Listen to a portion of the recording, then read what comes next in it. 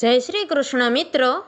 તો નરસિંહ મહેતાનું શૈશવકાળથી જ ભક્તિમય અને ધર્મમય જીવન રહી ચૂક્યું હતું। તેમના સંસાર સાથે સંબંધિત બદ્ધકાલીન નિષ્ક્રિયતાને કારણે પરિવારજનો હંમેશા ચિંતિત રહેતા। નરસિંહ મહેતા પોતાનો આખો દિવસ સાધુ સંતો સાથે બેસવામાં, ધાર્મિક કથાઓ સાંભળવામાં અને શ્રી કૃષ્ણના ભજનો ગાવામાં વિતાવતા।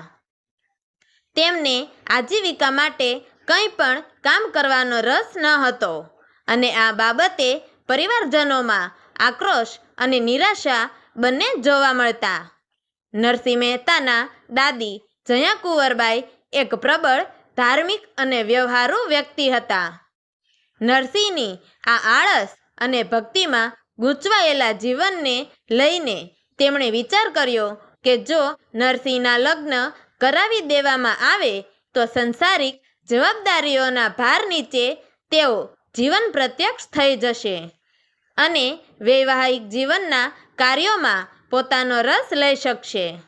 દાદીના આ નિર્ણયથી પરિવારના અન્ય સભ્યો પણ સહમત થયા।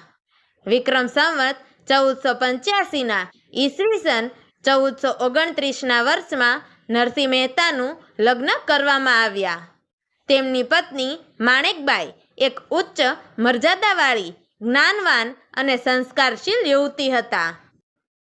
તેઓ એક ભક્તિમય કુટુંબમાંથી આવ્યા હતા અને પોતાની વિવેકશીલતા માટે પ્રસિદ્ધ હતા। લગ્ન તહેવારો ખૂબ ધામધૂમથી ઉજવાયા, પરંતુ આ લગ્ન નરસિંહ મહેતાના જીવનમાં કોઈ મોટું પરિવર્તન લાવી શક્યા નહીં। લગ્નના કેટલાક વર્ષો પછી નરસિંહ મહેતા અને માણેકબાઈને સંતાન પ્રાપ્તિનો સુખદ અહેસાસ થયો। તેમને ત્યાં એક પુત્ર અને એક પુત્રીનો જન્મ થયો। તેમની દીકરીનું નામ કુંવરબાઈ રાખવામાં આવ્યું, જ્યારે તેમના પુત્રનું નામ શામળશા રાખવામાં આવ્યું। તે સમયગાળામાં દાદી જયા કુંવરબાઈનું અવસાન થયું અને નરસિંહ મહેતાના જીવનમાં ફરી એક મોટું શૂન્ય ઊભું થયું। જ્યાં એક તરફ દાદીના અવસાન પછી નરસિંહ મહેતા વધુ ધાર્મિક થઈને શ્રી કૃષ્ણના ભજન અને ધ્યાનમાં વ્યસ્ત રહેવા લાગ્યા, ત્યાં બીજી તરફ માણેકબાઈએ મકાનના વ્યવસ્થાપન, સંતાનની જાળવણી અને ઘરની જવાબદારીઓ પોતે ઉપાડી લીધી। નરસિંહ મહેતાને સંસારના વ્યવહારમાં કોઈ રસ ન હતો। તેઓ માટે પિતાની ભૂમિકા એક ઔપચારિક જવાબદારી જેવી લાગતી હતી। તે સંતો અને ભક્તો સાથે રહેતા, કીર્તનો ગાતા અને શ્રી કૃષ્ણની ભક્તિમાં પોતાને રોકી દેતા। માણેકબાઈને શરૂઆતમાં આ બાબતે ખૂબ કષ્ટ થતું હતું, પણ સમય જતાં તેમણે આ તથ્ય સ્વીકારી લીધું કે તેમના પતિ આ લોકના નહીં પણ પરમાત્માના પથના પ્રવાસી છે। માણેકબાઈ ખૂબ પ્રતિવ્રતા હતી। તેમણે ક્યારેય પોતાના પતિને પોતાનું ધર્મચરિત્ર છોડી સંસારમાં પ્રવૃત્તિ માટે દબાણ કર્યું નથી। નરસિંહ મહેતાના આધ્યાત્મિક જીવન માટે તેઓ દરરોજ પ્રોત્સાહન આપતા હતા।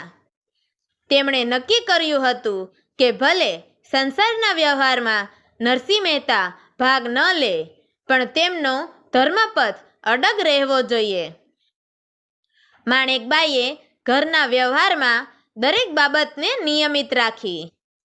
નરસિંહ મહેતા સંપૂર્ણપણે ભક્તિમાં લીન રહેતા હોવાથી ઘરના તમામ નિર્ણયો અને વ્યવસ્થાઓ માણેકબાઈના હાથમાં હતા। સંતાનોની દેખરેખ, જીવન જરૂરિયાતની વસ્તુઓ, વાહન વ્યવહારથી લઈને સ્વજનોની રચના શુદ્ધ રહેતી। નરસિંહ મહેતાના લગ્નથી તેઓના જીવનમાં કોઈ ખાસ પરિવર્તન આવ્યું નહીં, પરંતુ તેમનું વૈવાહિક જીવન એક એવો પથ બન્યું જે આધ્યાત્મિક જીવન અને પતિવ્રતા પત્નીના કર્તવ્યનું સુંદર ઉદાહરણ છે। માણેકબાઈએ માત્ર નરસિંહ મહેતા માટે પતિ તરીકે જ નહીં પણ ભગવાનના એક પરમ ભક્ત તરીકે પોતાના શ્રદ્ધાપૂર્વકના મનમાં સ્થાન આપ્યું. માણેકબાઈએ જ બાળકના ઉછેર અને ઘરના તમામ વ્યવહારોનું આયોજન કર્યું. આ રીતથી નરસિંહ મહેતાનું જીવન એક એવી ગાથા બની ગયું જ્યાં વૈવાહિક જીવનમાં પણ શ્રદ્ધા, ભક્તિ અને કર્તવ્યના મહત્વને હૃદયથી સ્વીકારવામાં આવ્યું હતું. તો મિત્રો, તમને અમારી આ વાર્તા પસંદ આવી હોય તો અમારી ચેનલને લાઈક કરજો, શેર કરજો અને નરસિંહ મહેતાને રાસલીલાના દર્શન કરતા શું ઘટના ઘટી તે જાણવા માટે નીચે આપેલા બ્લેક બટનને ક્લિક કરી અમારી ચેનલને સબસ્ક્રાઈબ જરૂરથી કરજો. તો મિત્રો, અમારી આ વાર્તાને છેલ્લે સુધી સાંભળવા માટે તમારો ખૂબ ખૂબ ધન્યવાદ. જય શ્રી કૃષ્ણ. હર હર મહાદેવ.